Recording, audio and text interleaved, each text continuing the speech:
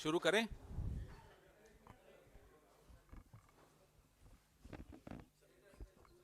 दूर रखें, ठीक है।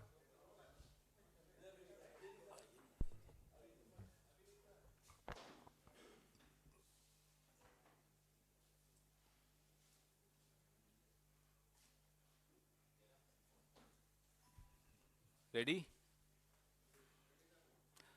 आप सबका स्वागत है आज की प्रेस वार्ता में। मैं शुरू करूं उससे पहले मैं अपने वरिष्ठ सहयोगी श्री अभिषेक मनु सिंघवी साहब से आग्रह करूंगा, वो आपसे कुछ साझा करना चाहते हैं। नमस्कार, मैं अभी एक ट्रेसपेसर की हैसियत से आया हूं।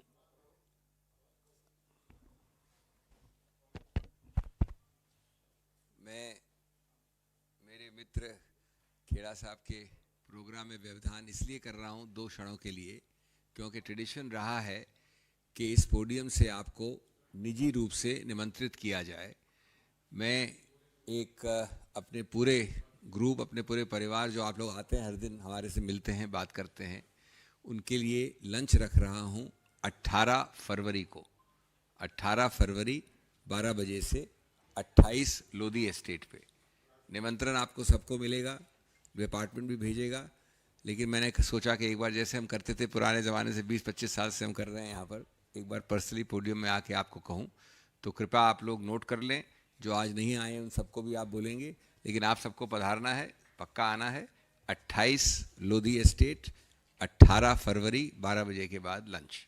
और कई हमारे कांग्रेस के मित्र तो आएंगे ही, लेकिन अपने डिपार्टमेंट के लोग और आप हम हमारे डिपार्टमेंट के एक प्रकार से हिस्सा हैं, अभिन्न अंग हैं, ज़रूर आइएगा। This is just to very quickly cordially invite you for the 18th of February to a luncheon I am hosting 12 o'clock onwards at 28 Lodhi Estate. It has been the tradition to come personally to the podium and tell you, so that is why I have taken the liberty of disrupting my friend's program for 2 minutes. Do please come, please tell your colleagues, and I look forward to receiving you. Thank you so much. Thank you. Thank you, sir. Thank you.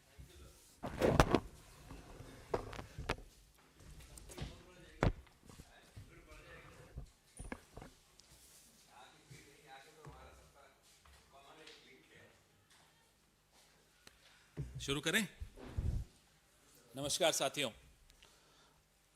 आप जो सोच कर आए हैं उसके अलावा कुछ बात करेंगे।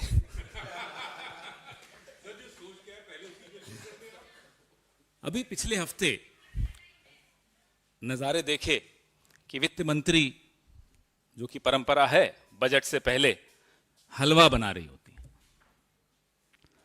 पूरी अर्थव्यवस्था का रायता बनाने के बाद हलवा बनाने के ये नज़ारे देखकर थोड़ी हंसी भी आती है और अफसोस भी होता है कि किस तरह हमारी अर्थव्यवस्था की स्थिति, जो पिछले 10 साल हम बार बार कहते हैं कि अन्याय के साल, अन्याय काल जिसको हम कहते हैं, जिसकी वजह से आज राहुल गांधी न्याय यात्रा निकाल रहे हैं, आज फिर से शुरू हुई है 2 दिन के ब्रेक के बाद। इस अन्याय काल के 10 साल पूरे हो रहे हैं। आखिरी बजट इस सरकार का आने वाला है, और जो इस सरकार की आदत है हर चीज को इवेंट बना के चमक धमक से असलियत को कैसे ढक देना, how to shroud the reality behind the dazzle of an event, ये इस सरकार की एक, मुझे लगता है हम सबको सीखना चाहिए।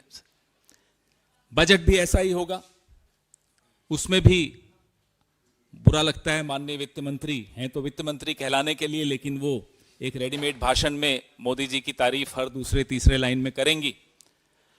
लेकिन जो असलियत है, अभी इसी हफ्ते की खबर आपने देखा कि इजराइल, जहां की एक संघर्ष चल रहा है, हिंसा हो रही है, 10,000 वैकेंसीज के लिए यूपी और हरियाणा के हमारे कई नौजवान लाइन में लगे हुए थे, एक ऐसी जगह जहां जान जोखिम में डालकर वो नौकरी करने जा रहे हैं। आंखें खोल देती हैं वो नजारे। आपको याद होगा, आप में से कुछ लोग जो हमारी उम्र के हैं, जब कुवैत में संघर्ष हुआ था तो हिंदुस्तान के जितने लोग, जितने परिवार जिनके लोग कुवैत में नौकरी करते थे, वो इंतजार कर रहे थे कि कैसे वो स्पेशल फ्लाइट्स में लौटेंगे।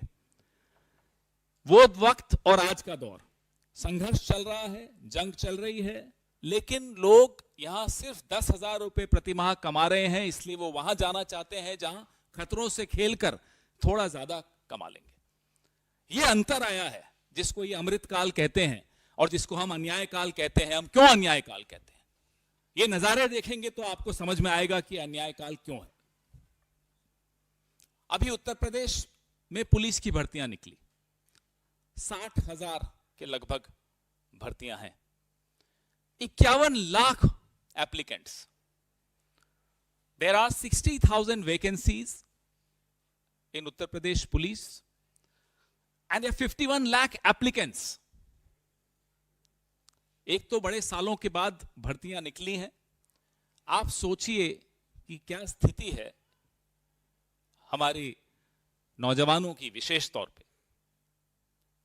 अब इन 51 लाख भर्तियों का जो प्रक्रिया होगी, आप इसमें कैसे इंटरव्यू लेंगे, कैसे फिजिकल करेंगे, क्या उसका मापदंड होंगे, chaos as we say in English। तो इस अन्याय काल में मैं 2 आंकड़े देना चाहता हूं। मेरी प्रेस रिलीज में बहुत आंकड़े हैं, मैं अभी वो आंकड़े नहीं दोहराऊंगा, लेकिन जो चौंका देने वाले आंकड़े हैं, these are data points which won't let you sleep. 2 नौजवान हर घंटे आत्महत्या कर रहे हैं, ये पार्लियामेंट में जवाब में दिया गया है। 1 किसान हर घंटे आत्महत्या कर रहा है। तो जवान और किसान की स्थिति आपके सामने है, अग्निवीर योजना आपके सामने है, जो मजबूरियां हमारी मिडिल क्लास झेल रही है, उसके भी आंकड़े मैंने अपनी प्रेस रिलीज में दिए हैं। जो आम आदमी पर जो टैक्स लगता है वो 55% से बढ़ा है, लेकिन जो कॉरपोरेट मित्र हैं उनका 2%, 2 से थोड़ा ऊपर, 3 से नीचे प्रतिशत बढ़ा है। यह आंकड़ा आपको बताता है कि जो डिस्पैरिटीज हैं वो कितनी भयानक होती जा रही। हमारी अर्थव्यवस्था के लिए कहा जाता है कि ये उपभोक्ता चलाते हैं, it's a consumption driven economy.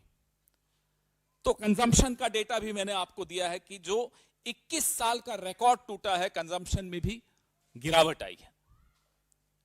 21 साल का रिकॉर्ड कोई छोटी बात नहीं होती। एफएमसीजीज की जो सेल है 2023 में फिर से नहीं बढ़ी, नहीं दिखी बढ़ती हुई, और जो घरेलू बचत है उसका 50 साल का रिकॉर्ड टूटा है कम होने में। 50 years record of household savings has been broken। इसलिए जितनी आप तड़क भड़क करके इवेंट्स करते हो, ऑप्टिक्स देते हो, टेलीविजन पे नजारे दिखाते हो, असलियत क्या है वो आपके सामने इन आंकड़ों से दिखती है। और अगर आंकड़ों में भरोसा नहीं है, दिल्ली से थोड़ा, दिल्ली के भीतर कुछ बस्तियों के मैं आपको नाम देता हूं, वहां घूम लीजिए, आपको मालूम पड़ जाएगा असलियत क्या है। छोड़ दीजिए बस्तियों को, मिडिल क्लास की क्या हालत है वो देख लीजिए। तो ये आंकड़े झूठ नहीं बोलते, आंकड़े तो कुछ सच बताते हैं, बाकी सच आपको जानना है। आइए भारत जोड़ो न्याय यात्रा में, रास्ते में आप लोगों से मिलिए, उनकी स्थिति देखिए, आपको समझ में आ जाएगा कि क्यों ये अन्याय काल है और क्यों राहुल गांधी जो 5 स्तंभ न्याय के बता रहे हैं उन पर क्यों वो ज्यादा जोर दे रहे हैं युवाओं के लिए खास तौर पे। क्योंकि मैंने आपको आंकड़ा दिया बेरोजगारी का, मैंने आपको आंकड़ा दिया आत्महत्याओं का, और जिस देश में हर घंटे 2 नौजवान आत्महत्या कर रहे हो, उस देश में और कोई मुद्दा कैसे चर्चा का विषय बन सकता है, मुझे नहीं समझ में आता। किसान, जवान, इन दोनों की जो स्थिति है, मिडिल क्लास की जो स्थिति है, उसके बाद मुझे लगता नहीं है कि जितना भी ये आर्टिफिशियली इवेंट्स ला ला कर हम सबको डिस्ट्रैक्ट करने की कोशिश करते हैं, हमारा ध्यान बांटने की कोशिश करते हैं, असलियत नहीं छिप सकती। तो युवा न्याय, भागीदारी न्याय, नारी न्याय, किसान न्याय और श्रमिक के लिए न्याय, ये तमाम जो 5 स्तंभ हैं, ये समाज के उस हर वर्ग के लिए न्याय की बात करते हैं जिनको पिछले 10 साल में अन्याय का दंश झेलना पड़ा।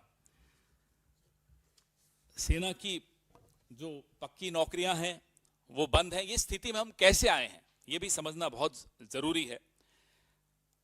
भारतीय जनता पार्टी अपने लिए तो साहब 25 साल 50 साल ऐसे ऐसे नारे होते हैं, या 25 साल तक भाजपा, 50 साल तक भाजपा, लेकिन जो फौजी सीमाओं पर जाएगा उसको 4 साल देंगे।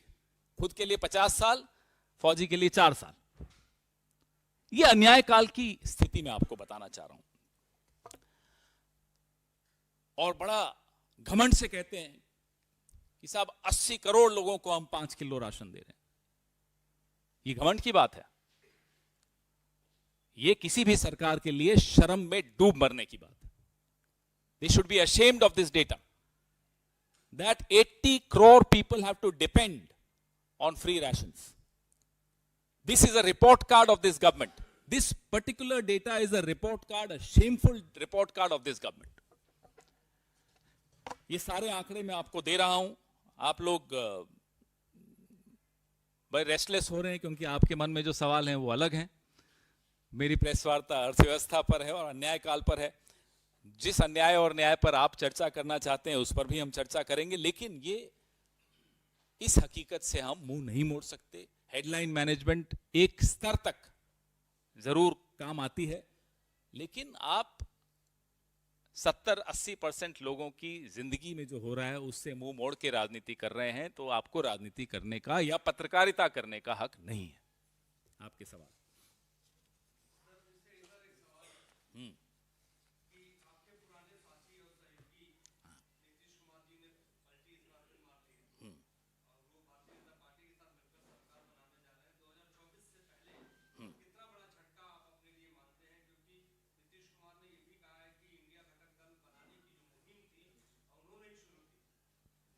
बिल्कुल की थी। किस नियत से की थी हमें नहीं मालूम।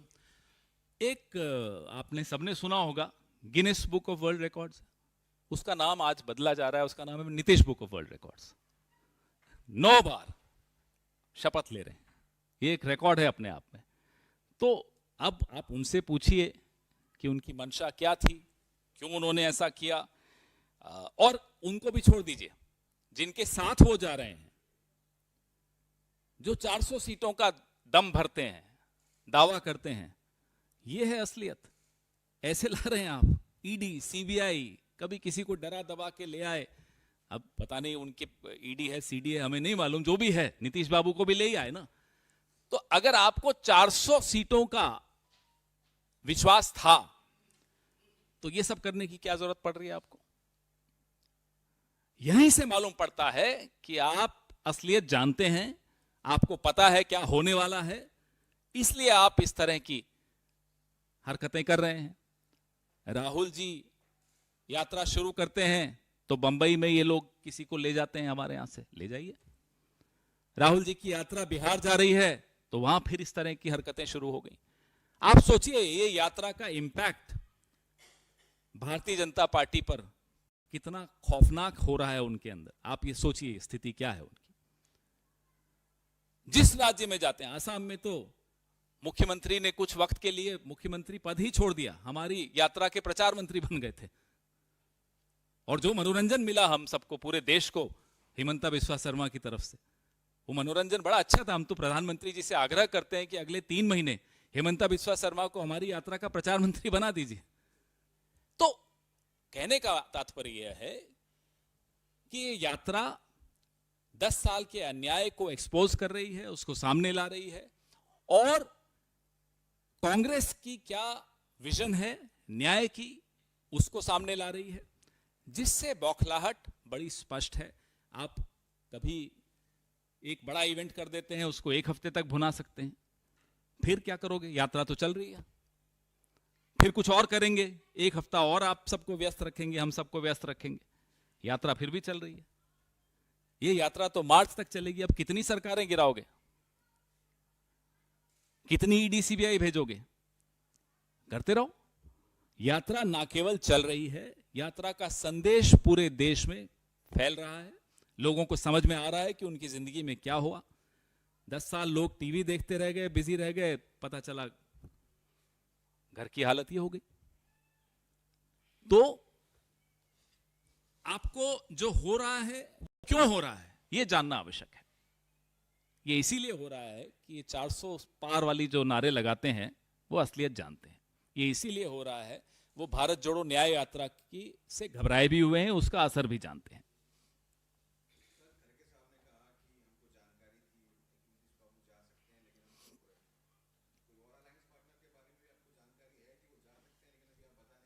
नहीं, ऐसा नहीं होता। एक बड़े राजनीतिक दल, राष्ट्रीय राजनीतिक दल की कई जिम्मेदारियां होती हैं। उन जिम्मेदारियों के चलते हमारा प्रयास रहा, मालूम होते हुए भी, जैसा कि हमारे माननीय अध्यक्ष ने कहा, मालूम होते हुए भी हम चुप रहे।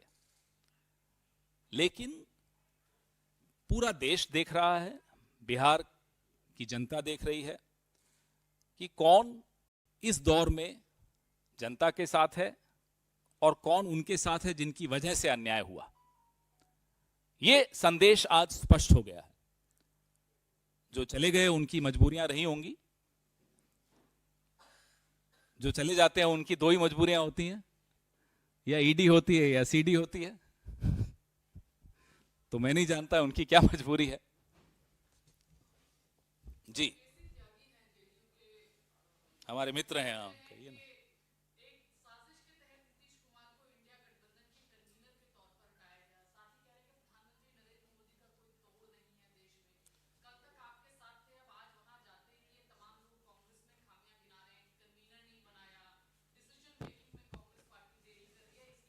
पूरा देश सुन रहा है। एक हफ्ते पहले त्यागी जी क्या कहते थे वो भी पूरा देश सुनता था। एक हफ्ते बाद क्या कह रहे हैं वो भी सुन रहा है, एक महीने बाद क्या कहेंगे वो भी सुनेगा।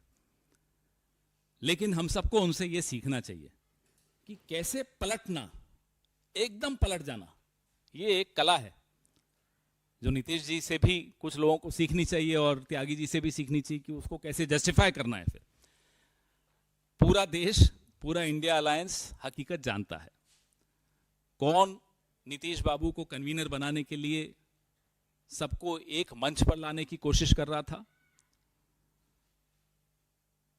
यह भी सबने देखा, सब जानते हैं। और नीतीश बाबू जब अपने कमरे में अकेले होंगे, आईने के सामने जाएंगे, तो उन्हें भी हकीकत मालूम है कि किसने उनके लिए क्या किया।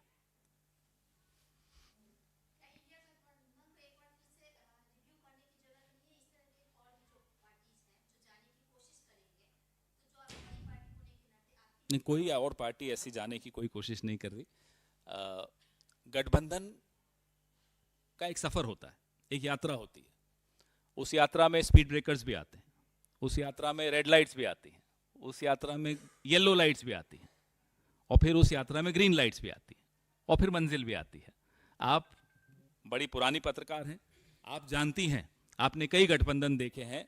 अटल जी के वक्त के गठबंधन भी देखे हैं, नरसिम्हा राव जी के वक्त के गठबंधन भी देखे हैं, सोनिया जी और डॉक्टर मनमोहन सिंह जी के वक्त के गठबंधन भी देखे हैं आपने। तो गठबंधन का सफर लगभग इसी तरह का होता है जैसा कि आज आप देख रही हैं।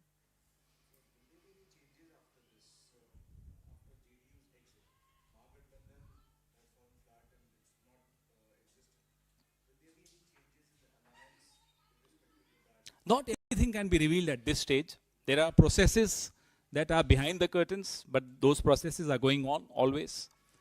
And at the right time, the outcome is shared with people and the media. There are processes that are, as I said, these processes are ongoing, always.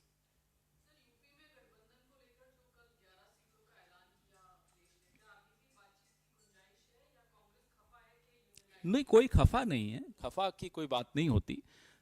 गठबंधन में इस तरह की बातें होती हैं, चर्चाएं भी होती हैं। कुछ चर्चाएं सार्वजनिक होती हैं, कुछ चर्चाएं सार्वजनिक नहीं और बंद कमरों में होती हैं।